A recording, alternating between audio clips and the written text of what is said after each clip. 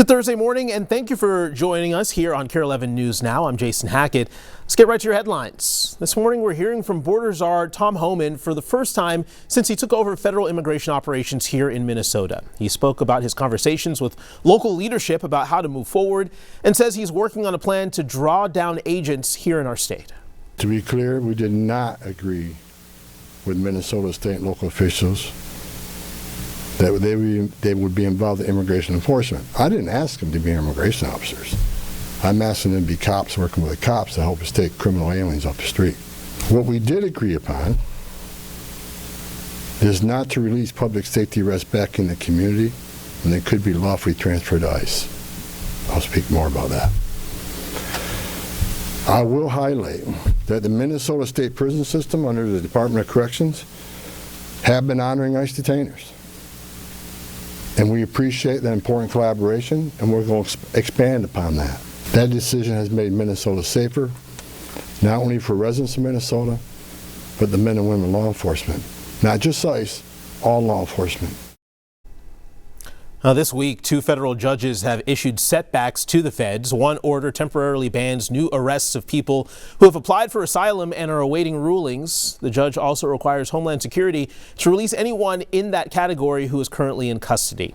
The second blow came from a different federal judge who accused ICE of disobeying nearly 100 court orders in January alone. Likely more, to quote from the filing, than some federal agencies have violated in their entire existence.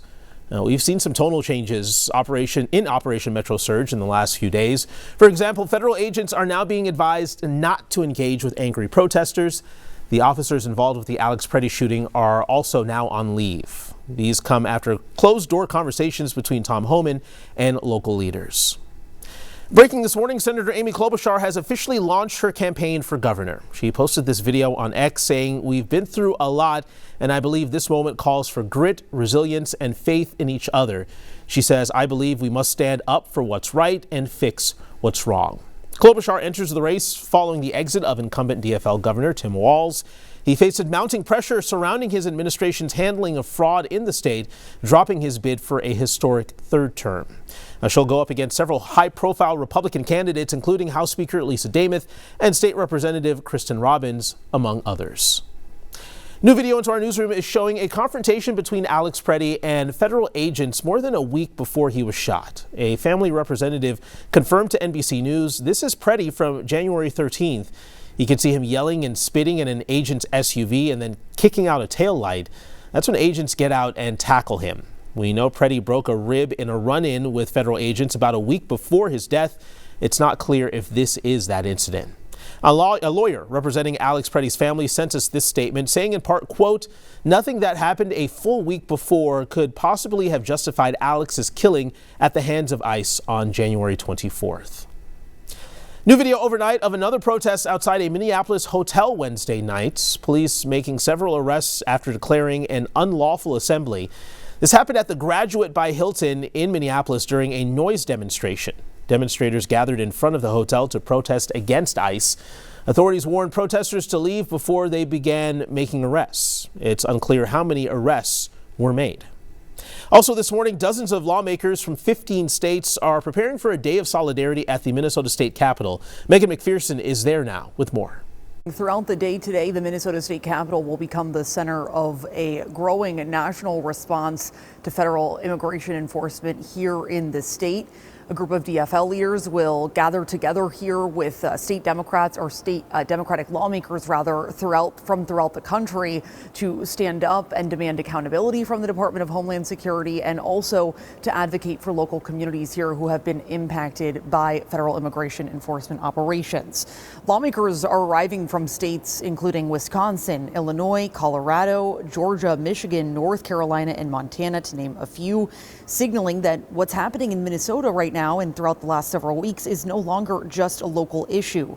Of course, these gatherings follow the fatal shootings of Renee Good and Alex Preddy, cases that have fueled protests, political backlash, and competing accounts of what happens during federal operations. Today's Day in Solidarity begins with a Minnesota Senate hearing examining the impact of Operation Metro Surge, followed by a press conference here at the Capitol at 2 o'clock this afternoon.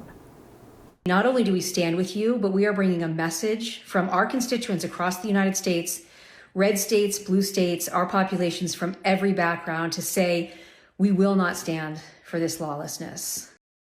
That Senate hearing will begin at 10 a.m., so in just a few hours, and is open for the public to attend. So far, I've been checking throughout the morning. I have not seen any kind of reaction or response to today's events from the White House or the Department of Homeland Security. Back to you. Megan, thank you. New this morning, a Democratic Texas congressman says he's planning to put in a notice tomorrow to visit a Columbia Heights preschooler in a Texas detention center. You may remember 5-year-old Liam Ramos and his father were taken by ICE last week. Representative Joaquin Castro shared this photo of the boy in his father's arms. Castro says he spent about half an hour with the two in a courtroom at the Dilley Detention Center, about an hour outside of San Antonio. He said that he misses his classmates and his family and wants to be back at school. And he keeps asking about that hat and that backpack that are in the picture. I think they took that from him. But I'm concerned with him, because his dad said that he's been depressed and been despondent and isn't eating well, and that he's been very lethargic. Castro is calling on his colleagues in Congress to join him for another visit at the facility to check on Liam and other children there.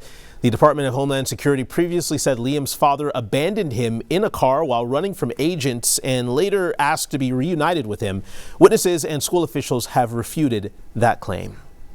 A notable change in tone from the Trump administration over the past couple of days comes as polling shows approval ratings for the president on immigration are the lowest they've been since his return to the White House. A poll published by Reuters and Ipsos reveals most Americans think that the ICE crackdown has gone too far. Brian McClung, a political analyst, says while the majority of Americans who voted for Trump are in favor of a strong southern border and deporting people who have committed violent crimes, they do not support such aggressive tactics. All of the immigration laws on the books without doing it the way ICE and the Border Patrol have done it. And I think that's what Americans are responding to. They're seeing the people of Minnesota just under siege and imagining that could happen in their hometown next. With the midterm elections still 10 months away and the governor's seat up for grabs, McClung says Republicans will have to shift focus onto issues like fraud to try to regain the public's trust. U.S. Attorney General Pam Bondi says federal agents have arrested 16 people for allegedly assaulting law enforcement in Minneapolis. In a post on X saying she expects more arrests to come. The Attorney General named Nasra Ahmed as one of those arrested for assaulting federal agents. Last week, Ahmed spoke out at a news conference with DFL leaders after she said she was detained for 2 days. She claimed she was caught in the middle of a pursuit and federal agents detained her forcefully, used a racial slur, and left her with a concussion. The clock is ticking at the U.S. Capitol this morning as we take a look here. Lawmakers have until midnight tomorrow night to come to an agreement on funding. Today, Senate Republican leaders are planning to hold a key procedural vote on the DHS funding measure and other bills. Now, the main sticking point here is funding for DHS. And this morning, we're learning the White House and Senate leaders are moving closer to a deal to meet Democrats' demands. That's according to CNN. And just yesterday, Minnesota Senators Amy Klobuchar and Tina Smith voiced their opposition to the DHS funding bill, calling for new leadership in the department and cooperation of federal agents with local law enforcement. Mr. President, I want to be clear. We are pro-public safety in Minnesota. We have worked often with federal authorities to catch bad guys and lock them up. But we need ICE out of Minnesota. The mask should come up and the body camera should go on. And there must be thorough, objective, and independent investigations into these killings. Senator Klobuchar suggested implementing similar use of force policies for federal agents as for local officers. We have an update now on the attack on Congresswoman Ilhan Omar at a town hall Tuesday evening. Forensic investigators say the liquid sprayed on her was likely apple cider vinegar.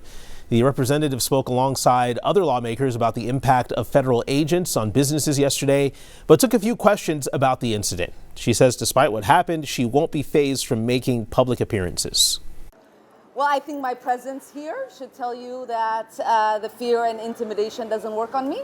To intimidate me, to make me want to quit, And my only message is it hasn't worked thus far and it's not going to work in the future. Data from the United States Capitol Police shows threats against members of Congress have gone up for the third year in a row. In other political news here, Minnesota Governor Tim Walz will permanently end his time as an elected official after his term. In an interview with MS Now last night, Walz says he will never run for office again. I have no political consideration, will never run for an elected office again. Never again. Never again. And I will just do the work. There's other ways to serve, and I'll find them. In other news, parents, take a look at this recall alert. Baby food manufacturer Gerber has issued a recall of some of its arrowroot biscuits for possibly containing pieces of soft plastic and paper. Impacted products have a best buy date between October and December of 2026. Gerber says they are no longer working with the flour supplier that first initiated the recall. Stick with us. More news and weather coming up after the break.